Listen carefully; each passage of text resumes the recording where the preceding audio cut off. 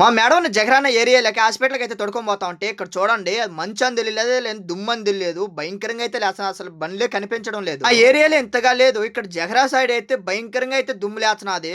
తర్వాత దిగిన తర్వాత తెలిసింది ఒక నాటికి దుమ్ము కాదదని. అయితే డేంజర్ కన్నా ఎక్కువ వస్తున్నది చలి అయితే మైనస్‌లోకి పడిపోతున్నది. అలాగే చలిగడ భయంకరంగా ఉంది. దుమ్ము లేస్తుంది. చాలా జాగ్రత్తగా ఉండాలి కోయేట్లయితే ప్రజలు.